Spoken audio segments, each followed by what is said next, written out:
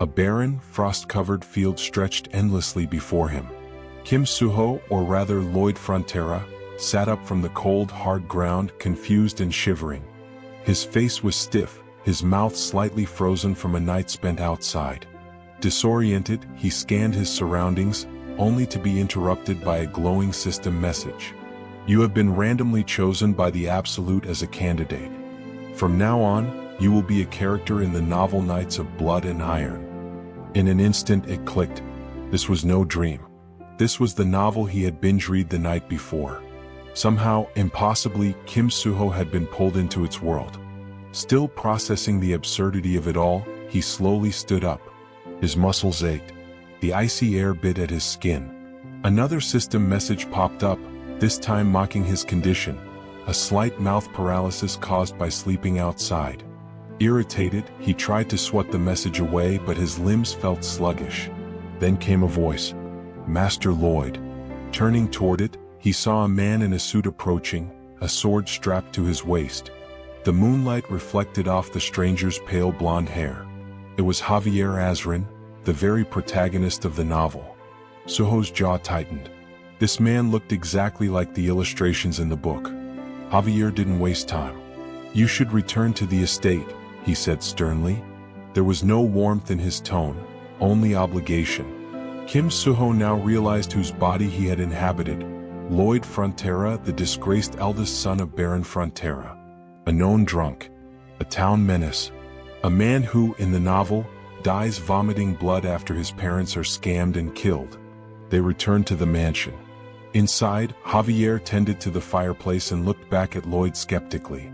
You don't remember anything from last night? Apparently, Lloyd had gotten blackout drunk, destroyed a bar, and somehow found his way home, only to collapse before reaching his bed.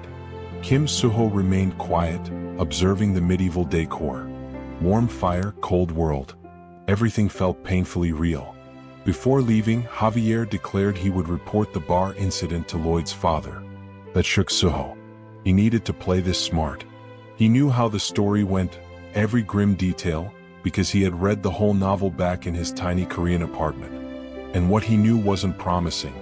The next morning, his mother cautiously asked him if he really wrecked the bar last night. When he said he'd go apologize, she was stunned. Lloyd Frontera had never apologized to anyone before. Not once.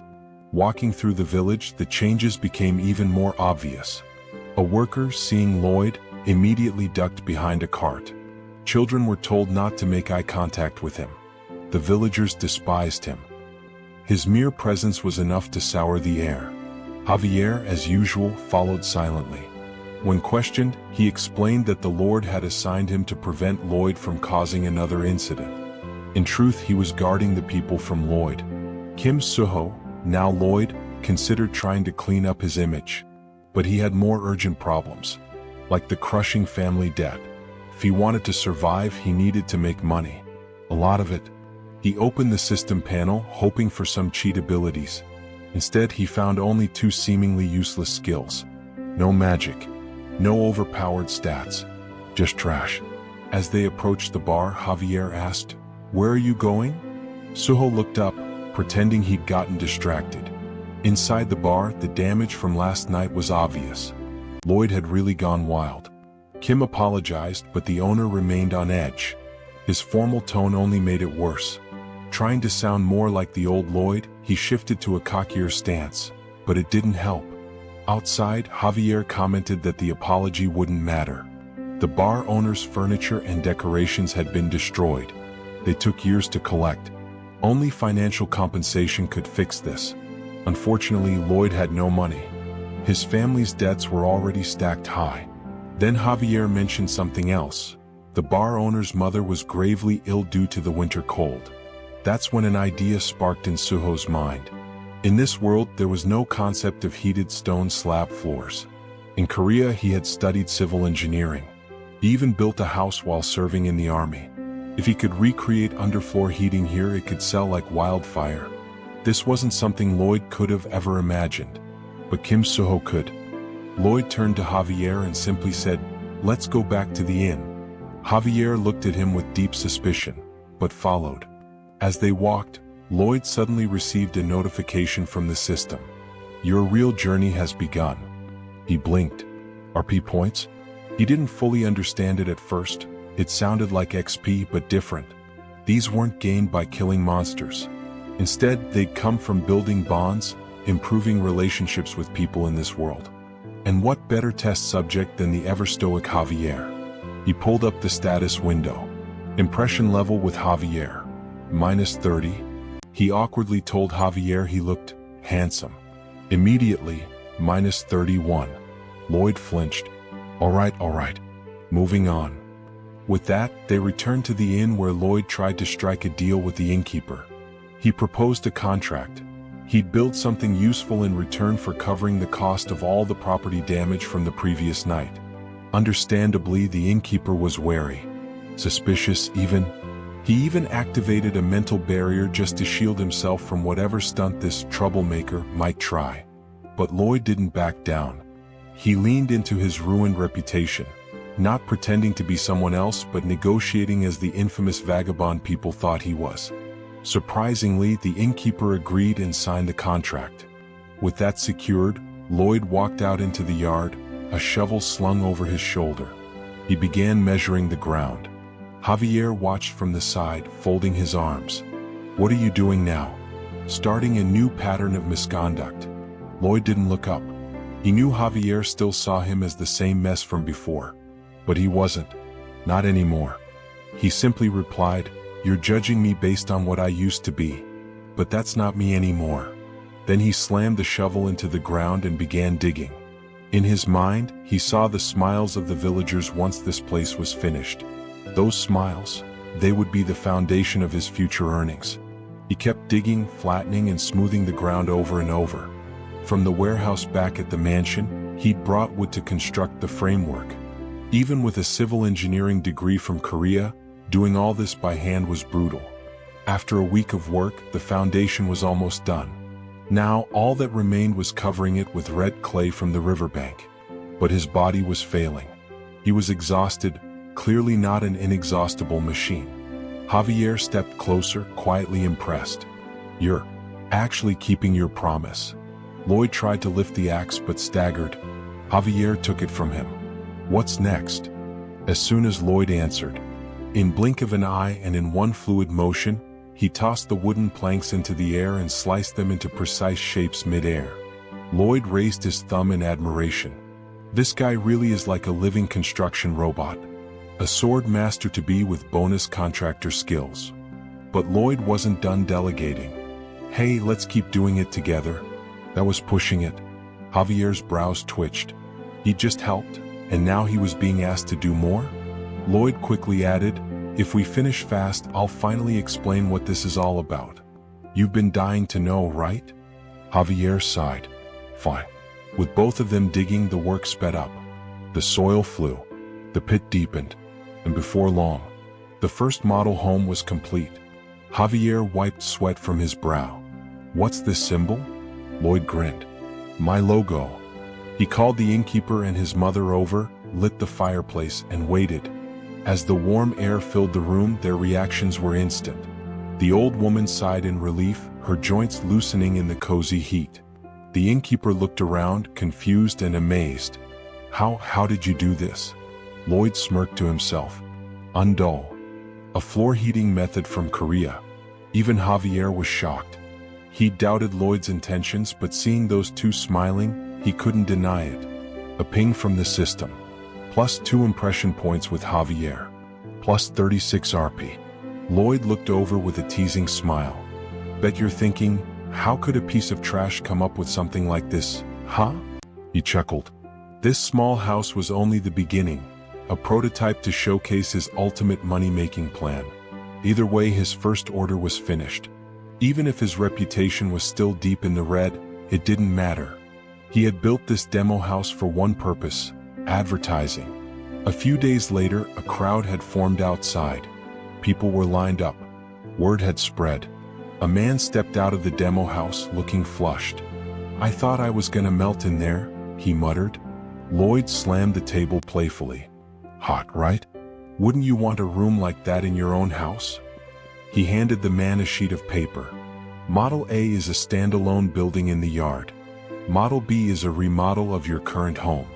If you sign up for both now, you'll get 10% off. The man flinched and tried to decline. A system message appeared. This villager does not trust you. Lloyd kept smiling. We'll be seeing each other a lot, right? He said casually. You should trust me. He leaned in and lowered his voice. You really don't believe me? For that price? Come on, it's practically a gift. Just then someone called out to the man. Lloyd turned. It was his father, the Baron. What are you doing here? The Baron asked flatly. A system notification flashed. Baron Frontera's interest level, -20. Lloyd frowned. At the Frontera mansion, Lloyd sat across the long dining table from the Baron. He snuck a glance toward his father, quietly observing him. He had been intentionally avoiding him, worried the Baron might shut down his project. The Baron calmly cut a piece of sausage. Lloyd frowned as the Baron finally spoke. I'm listening, he said. What did you come up with this time? The Baron asked. Lloyd brought his fork up and replied simply. The innkeeper ordered floor heating. I installed it. He avoided a long explanation, choosing to speak in character. The Baron studied him and added, So now you're making contracts with the other residents? Lloyd nodded. The Baron's expression darkened. Those residents are valuable. If you deceive them, I won't forgive you. Lloyd closed his eyes and responded.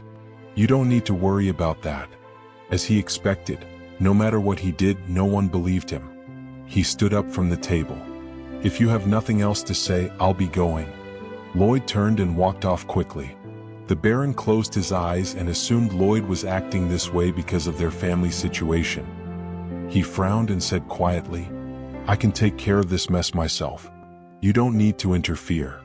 Lloyd stopped and looked back at him sadly. He'd heard those same words before. In his previous life, his father had also told him, just focus on studying. I'll handle the rest. And back then, Lloyd had believed him. But the truth? Nothing had been fine. Everything had been a lie. He clenched his fists. He wasn't going to become pathetic over someone else's debt again. He turned and walked toward the exit. Don't give up, he said softly. I'll try my best. The boy walked down the corridor, silently calculating.